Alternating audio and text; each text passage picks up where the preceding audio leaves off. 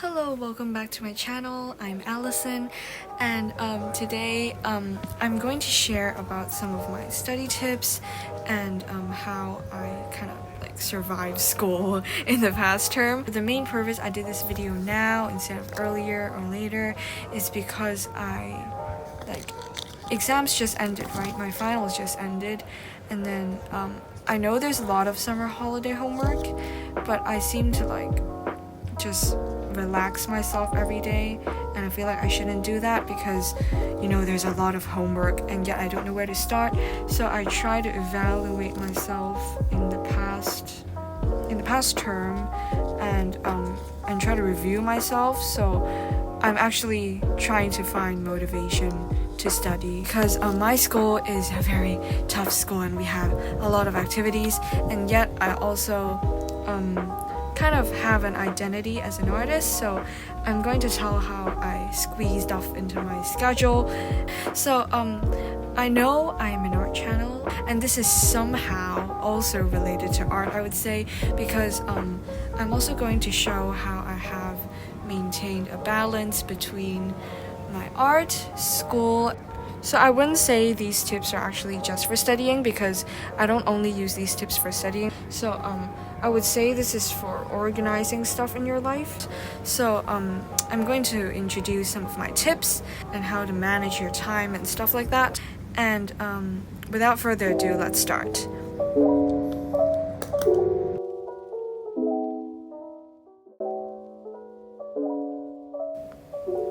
So the first app that I use is Google Calendar. So it's a very useful app because you can have different calendars and put them into the same screen so you can compare whether you're free or not in activities.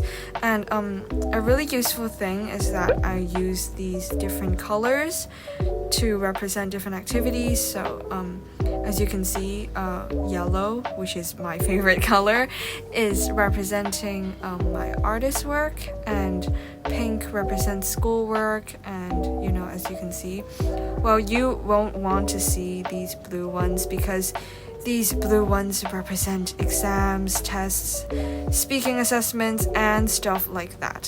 So as you can see, on Thursday I have this history sharing, and I think it's really helpful how you can use different colors and stuff like that. So about this pastel palette, so people have actually asked me how I got this. So if you use the original Google Calendar without adding any other calendars, then you can't customize your own colors, but I want my calendar to be happy when I see it. So besides Google Calendar, I also use this app called Notion. So Notion is basically just another more aesthetic version of Google Calendar, but I mostly use Notion at school, and then I'd make I'd further organize them and put it in my Google Calendar.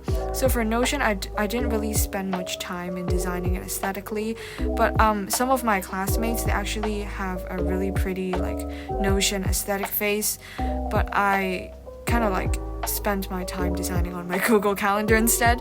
So for Notion,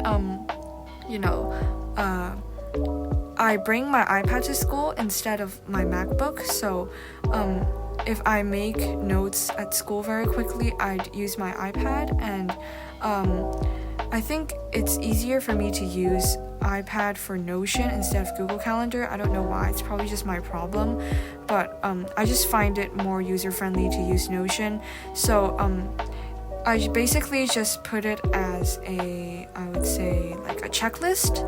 So besides a school checklist, I also have this checklist called Mofish, and I also have a checklist for my own stuff like memo. So it's usually just to remind me to do stuff instead of procrastinating, and because I always forget random stuff that I'm supposed to do, for example, I need to replenish my correction tape, something like that, and I keep forgetting it, so I would write it in my memo, and the memo is the first thing I check when I get home.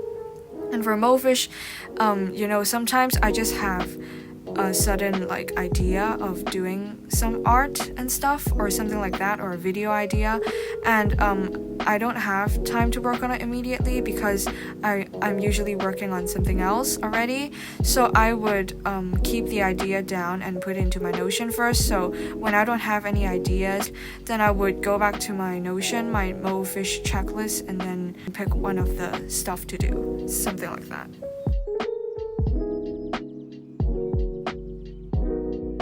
Okay, so these are my ways of organizing stuff. So besides organizing your schedule, for studying, I use Goodnotes. So it's basically just a note-taking app.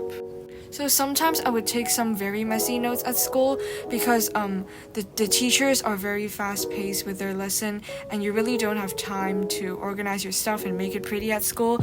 So I would write down quick notes on Goodnotes, and then when I return home, I would organize them and reorganize my notes on actual paper, because it's always better to study on actual paper, I think, compared to like facing your iPad, because there are a lot of temptations on this device, and once you just set hands on it, then your mind will start drifting to apps like Instagram, YouTube, and stuff like that.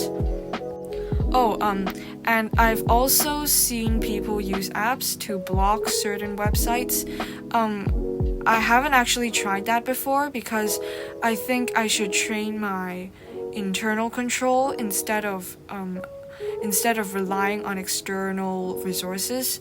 So I think I should teach myself to refrain from using these apps, although I have the freedom to use them, because they can really affect your studying. And once you're really mesmerized on social media, and then you'll lose track of time and you'll lose a lot of time for studying. But speaking of refraining from using apps, I've actually seen some of my friends use this app called Forest. So I haven't tried it before, but it's kind of like you don't use certain apps for a while, I think, and then this tree grows on your phone, and at some point I think you can like make the app producers plant a tree somewhere. I think it's like that. And I heard it's kind of like a game because you can get coins and stuff, but it sounds very interesting, but I still haven't tried it yet, so maybe you can try. But I really prefer having internal control, because I really don't want to feel like I'm getting controlled by my phone and this social media stuff, and I really want to show that I can control myself instead of relying on other resources to hold myself up.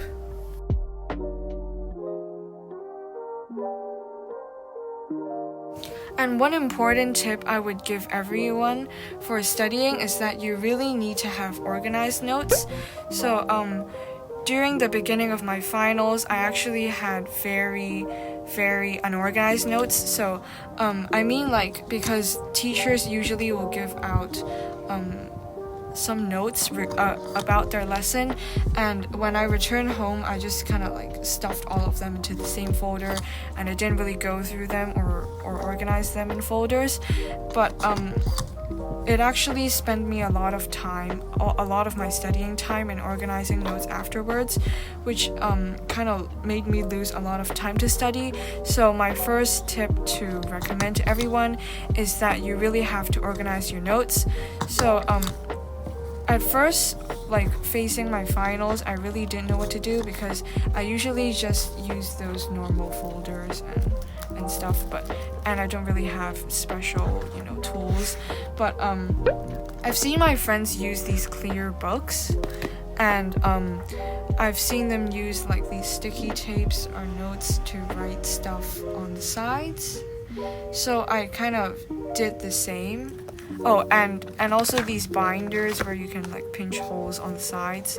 So I mostly use clear books for most of the subjects, but for some subjects with a lot of notes, I would use the binder instead. And it's really important to, for example, like subjects like history, then you better put all the stuff into a page or something, like the key facts and terms and names and stuff, and then you would spend like a very short time on memorizing all of them. And I think you really need to refer to the syllabus when you're preparing notes, because you really don't want to study for something that isn't going to be tested, because I was dumbfounded when I realized I studied for like 2 chapters that weren't even in the syllabus. So here are some random mistakes that you better beware. And some subjects, like, they would catch your spelling if you spelled something wrong, so you better memorize how to spell all the key terms with Quizlet. So my English teacher kind of recommended us to this because we have this like newspaper session, and then she would make us add all of the new vocabulary that we've learned into the Quizlet. So it's like a shared Quizlet among the class, and then every Monday she would have this test on these new vocabulary that we learned. So that was the time when I started using Quizlet. So now I mainly use Quizlet for some key terms that I have to memorize about the definition, and some matching questions that might happen in the exam. And and especially for learning another language like French. So before I had my French test, I actually put all of the French terms that I've learned into a Quizlet, so it actually made me easier to study instead of facing like a page full of French words that I don't even know. I know a lot of people struggle a lot to find motivation to study, and they suffer from procrastination a lot. And my usual way of finding motivation is organizing notes and making notes, and I don't know, it just has some type of magic with me. I just really like having everything very organized, and I somehow just really like making notes and making them aesthetic and stuff. So I've actually bought a lot of gel pens, highlighters, and stationery like that to make my notes look good. And I also have like different binders for different subjects. You really have a good plan about what you're going to study about. So actually, it's not only for studying, it's about almost every project with a long deadline, or even for your holiday homework. So as I've mentioned, I do have a lot of holiday homework. I have to read like 8 books, I think 8 books, yeah. So and I have to go to the library and borrow them. It's really important to have organized schedule, so you know what you're doing and you're not caught behind schedule. So I used to make this type of schedule on what I'm going to study every day, which I kind of didn't follow in the end, because I originally planned to like study a bit of each subject every day, but I realized it's better to focus on one subject every day, so I would have one subject down every day, which is a better way of focusing, I guess. So that's one tip, is to have an organized schedule and study, like focus on one thing at a time, instead of having a chip of like a lot of things in like 2 hours. And have moderate breaks, so not too much. So once you're losing motivation, maybe you'll go and study another subject, or maybe you can just take a break, close your eyes, or listen to some music for a while. And for projects, so there are usually a few procedures. So for example, about presentation, so if I had to put this project into a few procedures, I think the first one would be finding ideas, and then research, and then I would put all these into a presentation, and then I'll write a speech, and I'll practice the speech.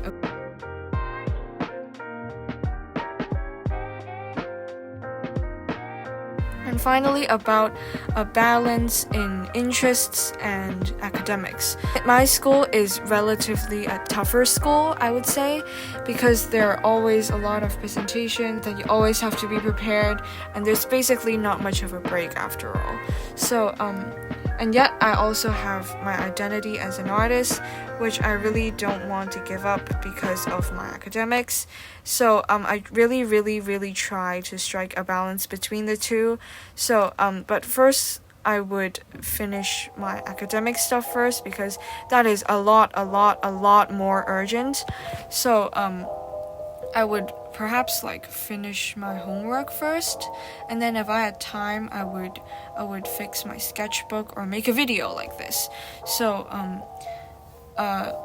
once I return home, I would start fixing my schedule and stuff like that, and then I would chill during lunch, and after that I would follow my schedule. So I would finish my homework as quick as possible, and then I would try to work on my art stuff.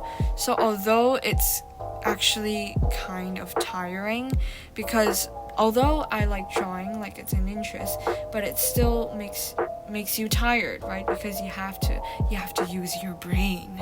So although I'm very tired, I'm still very happy, and I would take breaks once in a while. I won't force myself to have to draw every single day in my life, although I kind of do. So if I get really tired or stressed out, so I would just take a break, sit down, and forget about whatever that happened, of course, after you finish your academic stuff. So I would it's kind of changing your break time with art time. So if I'm normal, then it's art time. If I'm very tired, I would change it into break time. So it's kind of a swap between the two, and sometimes I would change it into maybe reading time or dance time, something like that. So basically that's a time to do whatever I want. It's just that usually it's art. And you really have to know yourself. So if you procrastinate a lot, then you better find a method to make you stop that, because I personally am a person who procrastinates a lot, and what I do is that, I make notes, I organize them, I make a schedule, and that somehow gives me motivation, and after that I would take a break and stuff like that. So I hope this video has been helpful to you, as it has been helpful to me, because I guess I've just earned motivation to finish presentation and to finish my summer holiday homework, and I hope things have been figured out on how to study and how to strike a balance, because I've actually haven't fully taken this artist identity for a long time. So in the past I would just usually do whatever I want, but now I really have a fixed schedule on what I want to do and what I really want to share with all of you, and I really want to catch up with my schedule and be a good artist and a good student at the same time. So I hope these study tips of mine can help you too, and I know they might not seem like a lot of stuff. I mean, it doesn't sound very that helpful, but I hope that I can find some really cool study tips after studying for a longer time. So as a student, I would definitely continue to seek for cool study methods from all of my friends, and using different apps that can really help you. Technology helps. So this leads to the end of our video, and I'll better see you next time. So I'm currently working on my sketchbook right now, and I'm half down, okay? So I'll probably be done as soon as possible. I'll try, and then I can make a sketchbook tour with y'all. So bye bye.